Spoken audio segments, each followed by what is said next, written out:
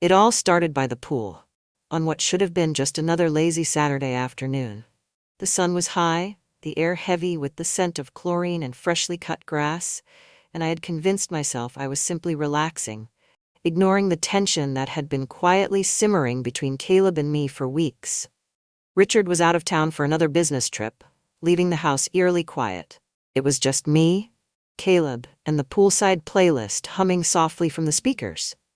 I'd been lounging in the shade with a book, trying to distract myself from the unmistakable heat radiating off him as he lay stretched out on a lounger, shirtless, the glistening water droplets on his skin catching the sunlight. He was scrolling through his phone, his sunglasses perched casually on his nose, looking as if he didn't have a care in the world. But I knew better. I stood up to grab my drink from the table, the sweat clinging to the back of my knees making the movement sticky and uncomfortable. That's when it happened. My bare foot landed squarely on something soft and damp. I looked down and realized, too late, that I'd stepped on Caleb's towel. Seriously? His voice broke through the music, and I glanced up to see him sitting upright, his sunglasses pushed up onto his head. Sorry, I said quickly, lifting my foot and brushing at the towel with my toes. I didn't see it there. He stood, his full height suddenly imposing as he stepped toward me. The playful grin tugging at the corner of his mouth told me he wasn't actually angry, but there was something in his expression that made my stomach flutter. You didn't see it? He teased, his voice low and edged with something I couldn't quite name. I was distracted, I said, trying to keep my tone light. Distracted, huh? He stepped closer, and I realized how little space there was between us. I felt the sun's heat against my skin, but it was nothing compared to the way his gaze lingered on me. Just a fraction too long, just enough to make my pulse quicken. You're in my way, I said, forcing a laugh and trying to sidestep him. But he didn't move. You're always so careful, Evelyn, he said softly, his voice dipping lower. Always so in control. His words sent a jolt through me, and I didn't know how to respond. My breath caught as his fingers brushed against mine, his touch light but deliberate. I think I like seeing you off balance, he added, his eyes locking with mine. For a moment, the world around us seemed to disappear. The music faded, the hum of the pool's filter dissolved, and all I could focus on was him. His intense gaze, the subtle smirk playing at the corners of his lips, the way he stood just close enough that I could feel the heat radiating off his skin.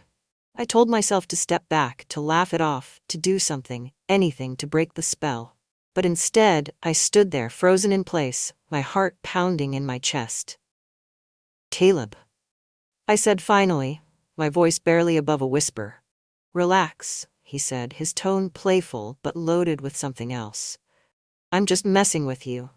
He reached down and picked up the towel, slinging it over his shoulder as if nothing had happened.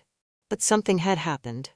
I spent the rest of the afternoon trying to pretend I wasn't completely unraveled. I went back to my chair, picked up my book, and tried to focus on the words in front of me.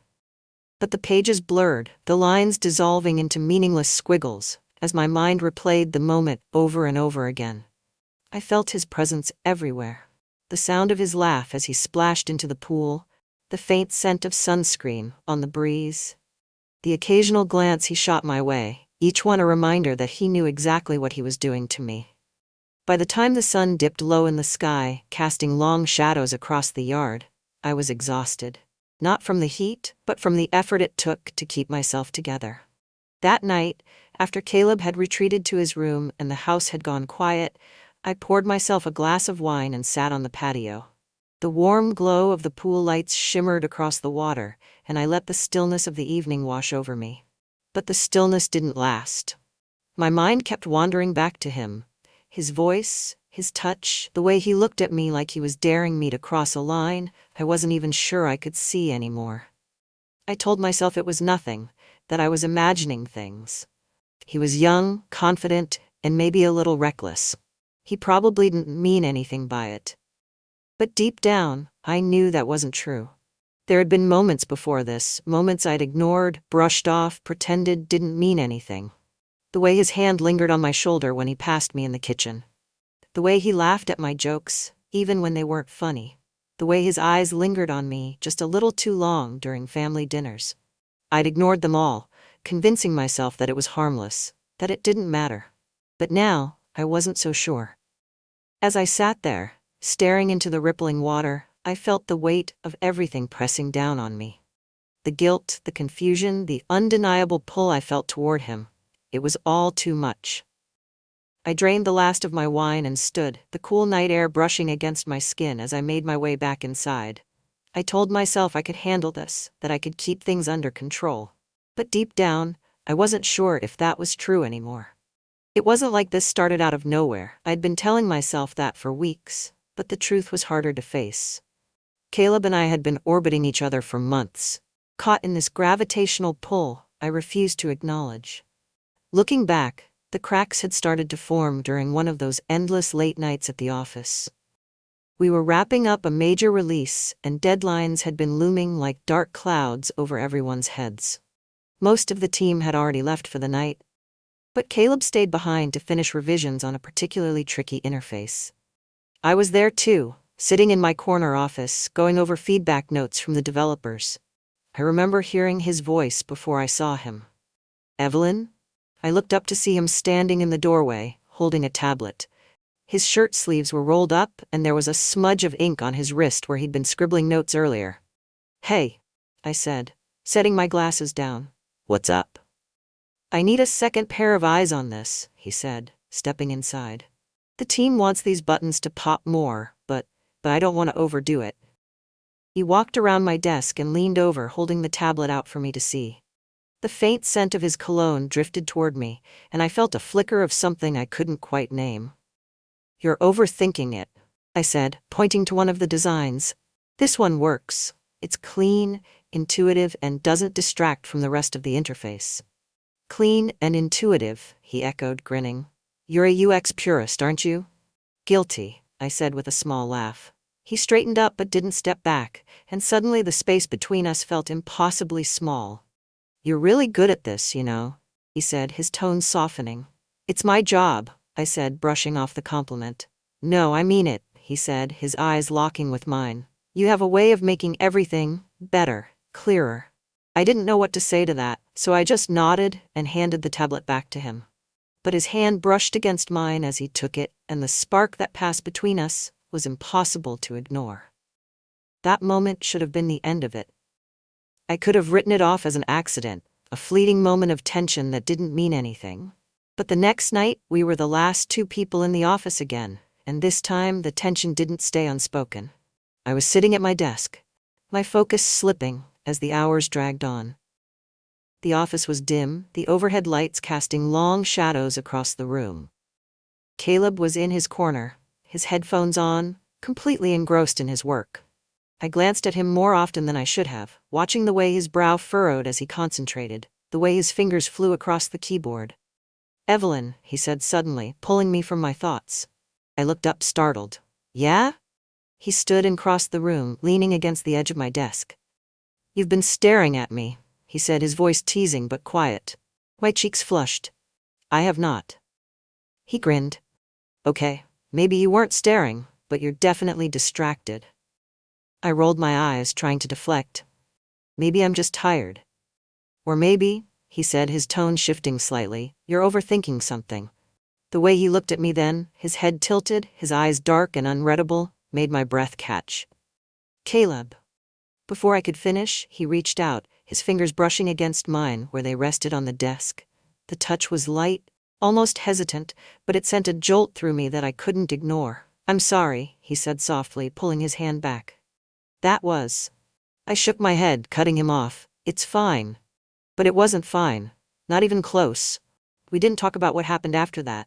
Not the next morning, not at our weekly team meeting, not in the elevator ride down to the parking lot later that day. But the tension between us only grew, spilling over into every interaction, every glance, every casual brush of hands. A week later, it came to a head. We were in the office late again, working on the final design pass for the release. The rest of the team had gone home hours ago, leaving just the two of us under the dim glow of the desk lamps. I was standing by the window, staring out at the city lights, when I heard him approach. "You okay?" he asked, his voice soft. I nodded. "Just tired." "You've been saying that a lot lately," he said, stepping closer. I turned to face him. and the look in his eyes made my heart race. "Caleb, we can't." "Why not?" he interrupted, his voice quiet but firm. "Because it's wrong," I said, my voice trembling. "Is it?" he asked, his eyes searching mine. "Or are we just too scared to admit what this is?" His words left me breathless. I wanted to argue, to tell him he was wrong, but I couldn't. Because deep down, I knew he wasn't. Before I could stop myself, I reached for him, my hand brushing against his. He stepped closer, his fingers curling around mine as he leaned in. "Tell me to stop," he whispered, his breath warm against my cheek. But I didn't. I couldn't. Instead, I closed the gap between us, my lips meeting his in a kiss that was slow and tentative at first, then deepened into something more urgent, more desperate. His hands found my waist, pulling me closer, and for a moment, the rest of the world disappeared. There was no office, no deadlines, no consequences, just him and me, tangled in a moment I knew we couldn't take back. When we finally broke apart, we were both breathless, our foreheads pressed together as we tried to catch our breath. "This can't happen," I said, my voice barely audible. "It already has," he replied, his tone steady. The next morning we didn't speak about what happened, but everything had changed. The line between us had been crossed, and there was no going back. I told myself it was a mistake, a moment of weakness that wouldn't happen again. But deep down, I knew the truth. It was only the beginning. It didn't take long for our stolen moment in the office to turn into something more. What had started as a kiss, charged with tension and hesitation, quickly escalated into something neither of us could control. We both knew it was reckless, that we were tiptoeing along the edge of a cliff, but the pull between us was undeniable. The first time things went further was at work. It had been a brutal week of deadlines and late nights, and Caleb and I were the last two in the office again. The rest of the team had cleared out hours earlier, and the building had fallen silent, except for the hum of the air conditioning and the faint clicks of our keyboards. I was leaning over a table in the conference room, reviewing a set of mock-ups Caleb had just finished. He was standing beside me, close enough that I could feel the heat of him, the faint scent of his cologne cutting through the sterile office air. "This one's good," I said, pointing to a design, "but the spacing here feels off. It's a little too crowded." He nodded, leaning closer to see what I was talking about. His arm brushed against mine and the contact sent a jolt through me. "Gear?" he asked, his voice low. I swallowed hard, my heart pounding. "Yeah." When I turned to face him, I realized just how close he was. His eyes met mine, and for a moment, neither of us moved. "We shouldn't," I whispered, even as my body betrayed me by leaning slightly closer. "I know," he said, his voice barely audible. But neither of us pulled away. Before I could stop myself, I reached up, my fingers brushing against his cheek. The next thing I knew, his lips were on mine, the kiss deeper and more desperate than the one we'd shared before. He pushed me gently against the edge of the table, his hands gripping my waist as his body pressed against mine. The room felt too small, the air too thick, and I couldn't think about anything except the way his hands felt on my skin, the way he kissed me like he'd been waiting years to do it. When we finally broke apart, I was breathless, my heart racing as I looked up at him. "This is insane," I said, my voice shaking. "I know," he said, his forehead resting against mine, "but I don't care." Neither did I. After that, it was like a dam had broken. We started finding excuses to be alone together. A stolen kiss in the supply closet, a lingering touch in the hallway when no one was looking. Late nights in the office that turned into tangled moments on the couch in my office, the door locked, and the blinds drawn. At home, it was even more complicated. Richard's schedule made it easier than it should have been. He was always working late or traveling for meetings, leaving Caleb and me alone in the house more often than not. I told myself we'd be careful, that we wouldn't take any risks, but the temptation was too strong. One night, after Richard had gone to bed, I found Caleb in the kitchen, leaning against the counter with a glass of water. He was wearing a pair of sweatpants and a t-shirt, his hair slightly messy, and he looked so relaxed, so effortlessly handsome that I couldn't tear my eyes away. "You're up late," he said, his voice soft. "Couldn't sleep," I replied, stepping closer. He set his glass down, his eyes locking with mine. Neither could I. The space between us seemed to evaporate, and before I knew it, he was pulling me toward him, his hands on my waist and his lips crashing against mine. We didn't stop. Not when we heard the faint creak of the floorboards upstairs. Not when I remembered that Richard was just a few doors away. It wasn't until I was lying next to Caleb on the couch in the den, my breath still ragged and my body still tingling, that the weight of what we were doing began to sink in. "We have to be more careful," I whispered, my head resting against his chest. "I know," he said, his fingers trailing lightly along my arm. But even as I said the words, I knew it was a lie. We weren't going to stop. The places we met became riskier as the weeks went on. One afternoon, we slipped away during our lunch break and ended up in his car, parked in a quiet corner of the company's lot. The windows were tinted and the lot was nearly empty, but the thrill of getting caught made everything feel heightened. Another time, we found ourselves alone in the break room after hours. He pinned me against the counter, his hands on my hips and his lips trailing down my neck, and I couldn't bring myself to care about the security cameras. But it wasn't just about the physical, it was the way he made me feel alive, like I was more than just a wife or a stepmother or a manager drowning in deadlines. With Caleb, I felt seen. Wanted. Melissa, of course, noticed the change in me. "You've been glowing lately," she said one afternoon as we grabbed coffee in the break room. "Have I?" I asked, forcing a laugh. "Don't play coy," she said, narrowing her eyes at me. "You've got this energy about you. A spark. Whatever you're doing, keep it up." Her words sent a pang of guilt through me, but also a thrill. If only she knew. But the more time I spent with Caleb, the harder it became to hide what we were doing. One evening, as we sat together on the couch in the den, he turned to me, his expression serious. "I don't want to keep sneaking around like this," he said. "What choice do we have?" I asked, my chest tightening. He hesitated, his jaw tightening. "I don't know, but I hate the thought of losing you." The vulnerability in his voice broke something inside me.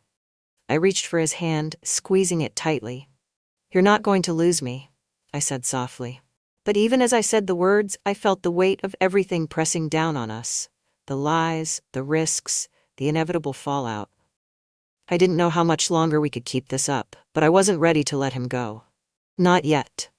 The deeper we fell into the affair, the harder it became to keep our secret. Every stolen moment with Caleb felt like walking a tightrope. Exhilarating, but precarious, with the constant threat of discovery hanging over our heads.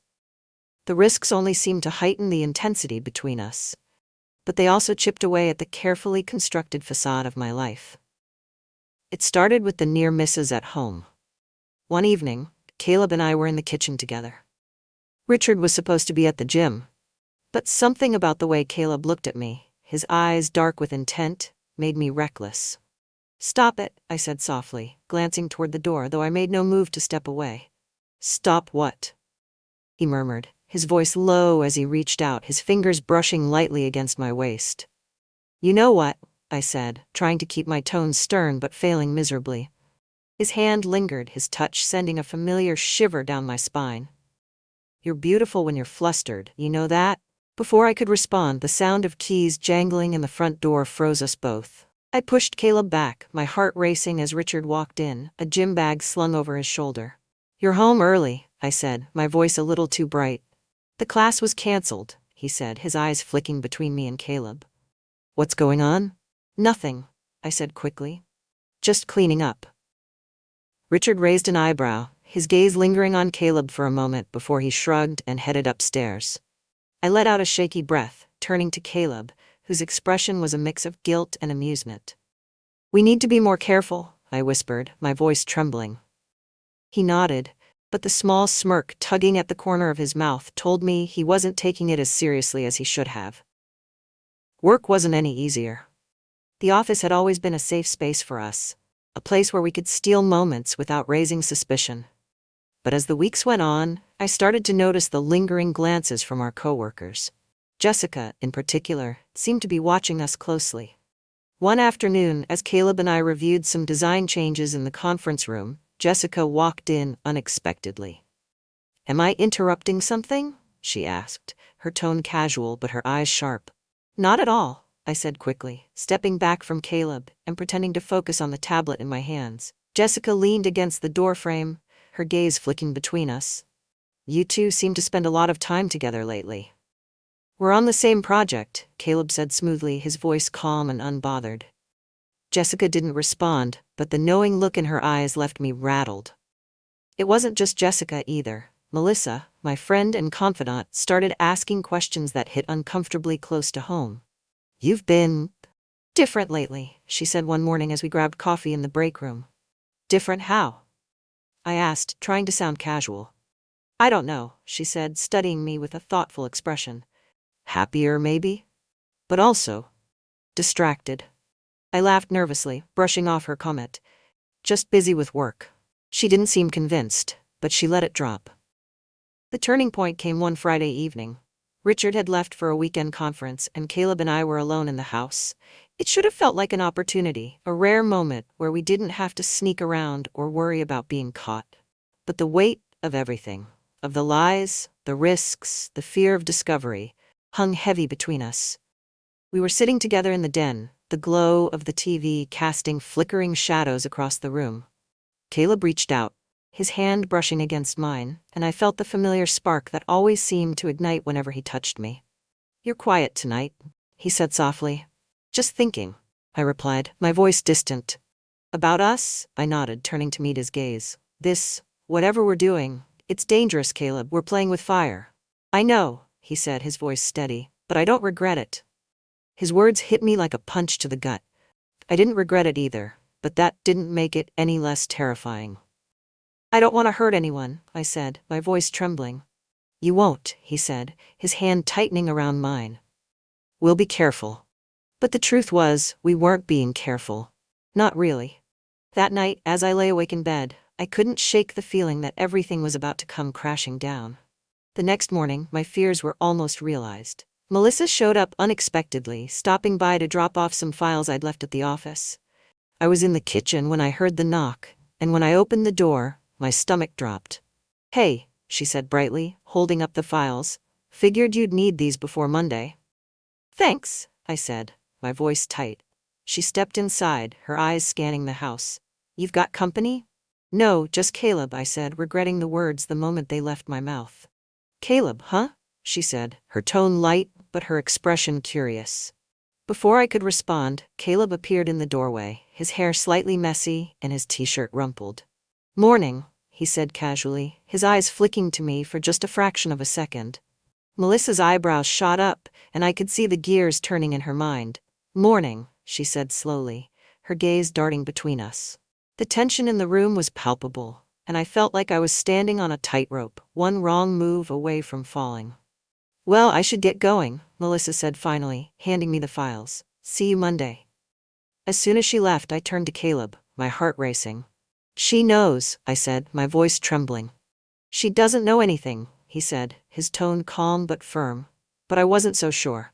The close calls only made things worse. Every glance from Melissa, every comment from Jessica, every knowing look from Richard felt like a warning sign, a reminder that we were living on borrowed time. But even as the walls closed in around us, I couldn't bring myself to stop. Caleb made me feel alive in a way I hadn't felt in years, and the thought of losing him was unbearable.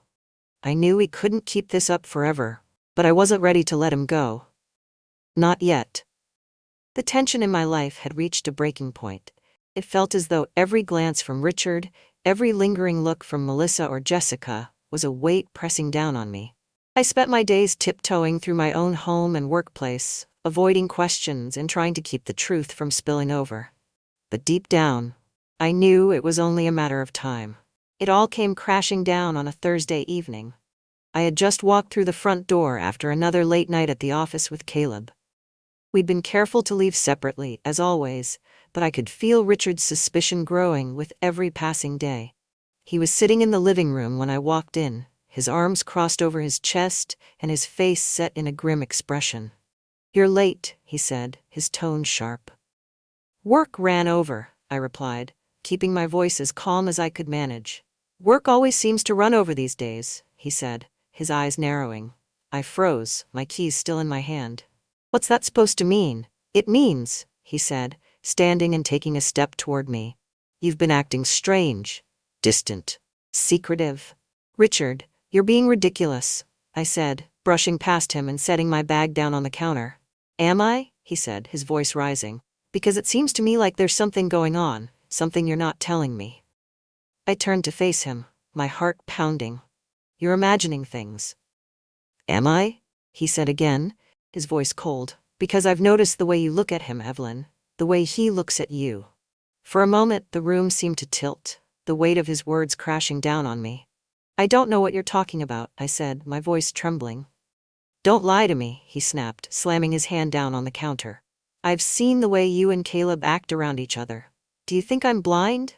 I opened my mouth to respond, but no words came out. The look in his eyes told me it was useless to deny it. How long has it been going on? He demanded, his voice low and angry. It's not what you think, I began, but he cut me off. How long? He shouted, his voice echoing through the house. I felt my knees weaken, and I had to grip the edge of the counter to steady myself. A few months, I admitted, my voice barely above a whisper. The silence that followed was deafening. Richard stared at me, his face pale and his jaw tight. For a moment, I thought he might say something, but instead, he turned and walked out of the room. I found Caleb in the den later that night, sitting on the couch with his head in his hands. He knows, I said, my voice shaking. He looked up at me, his eyes filled with a mix of guilt and fear. What did he say? He didn't say much, I replied, sinking into the chair across from him. But I think he's done. Caleb leaned back, running a hand through his hair. I'm sorry, he said softly.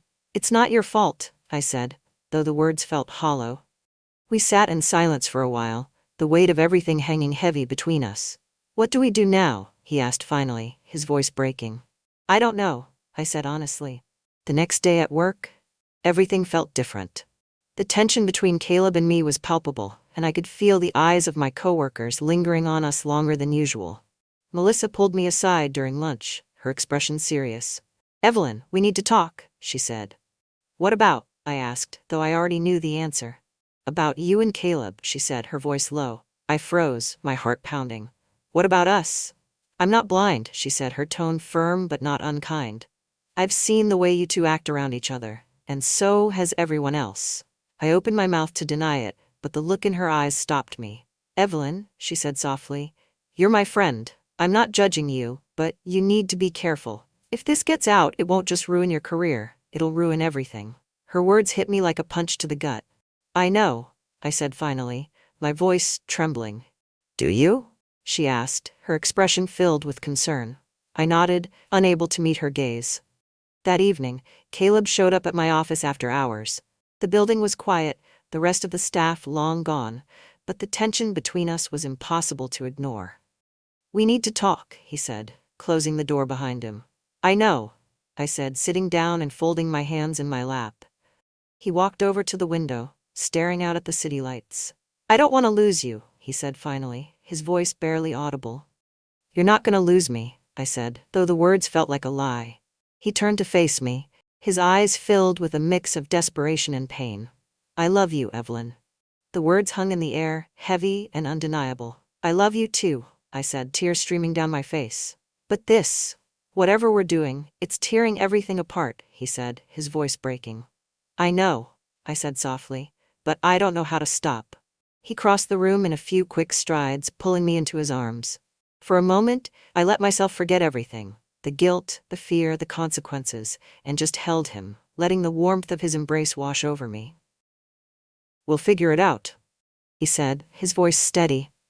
But even as he said the words, I could feel the cracks spreading, the foundation of everything we'd built beginning to crumble. By the time it all came to light, I'd convinced myself we could keep it hidden forever. But secrets have a way of clawing their way to the surface, no matter how hard you try to bury them. When it finally happened, it wasn't an explosive reveal, but rather a slow unraveling of everything I had worked so hard to hold together. It started with Melissa. I'd thought her warning about people noticing was just that, a warning. But Melissa had always been sharper than I gave her credit for, and her concern quickly turned into quiet observation. The week after our conversation in the break room, I caught her watching Caleb and me during a project meeting.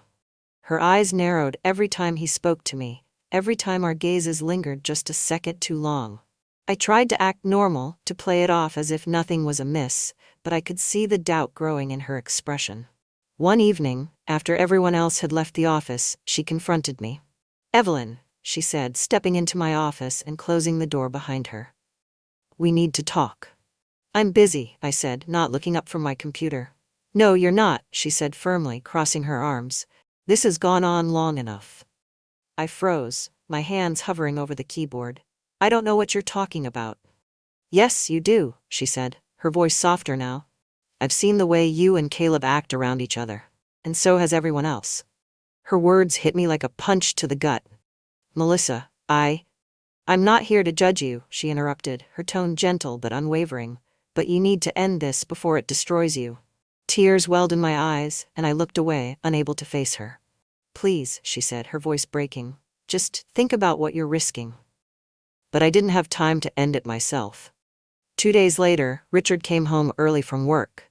He didn't say anything as he walked through the door, but the look on his face told me something was wrong. I was in the kitchen, cleaning up from dinner, when he finally spoke. "I got a call from Melissa today," he said, his voice low and even. I froze, the dish in my hand slipping back into the sink with a splash. "She didn't say much," he continued, stepping into the room. "But she said enough." "Richard, Don't," he said, cutting me off. "Don't lie to me again." The silence that followed was suffocating. I turned to face him, my heart pounding as I tried to find the words to explain, to justify, to somehow make him understand. But there was nothing I could say. "How long?" he asked finally, his voice shaking. I looked down at the floor, tears streaming down my face. "A few months." He let out a bitter laugh, running a hand through his hair. "A few months," he repeated, his tone hollow. "Richard, I never meant." "Stop," he said, holding up a hand. "I don't want to hear it." He stared at me for a long moment before shaking his head and walking out of the room. That night, he packed a bag and left. The next morning, the house felt impossibly empty. Caleb and I avoided each other, both of us too shaken to face what had happened. But avoiding it didn't make it go away. The fallout at work was swift and brutal. Rumors spread like wildfire, and it didn't take long for HR to get involved. Melissa, true to her word, hadn't told anyone directly, but the whispers and side glances had grown too loud to ignore.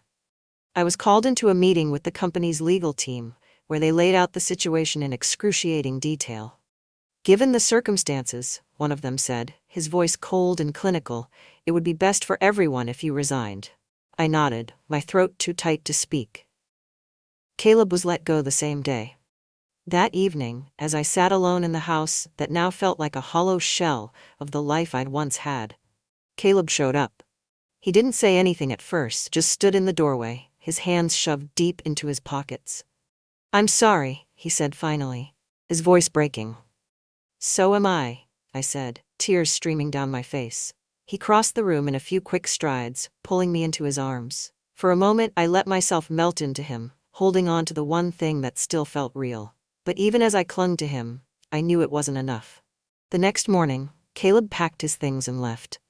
"I don't want to make this harder for you," he said, his voice heavy with emotion. I nodded, unable to speak. Watching him walk out the door was like ripping out a piece of my heart. But I knew it was the right thing to do. The months that followed were a blur of grief and reflection.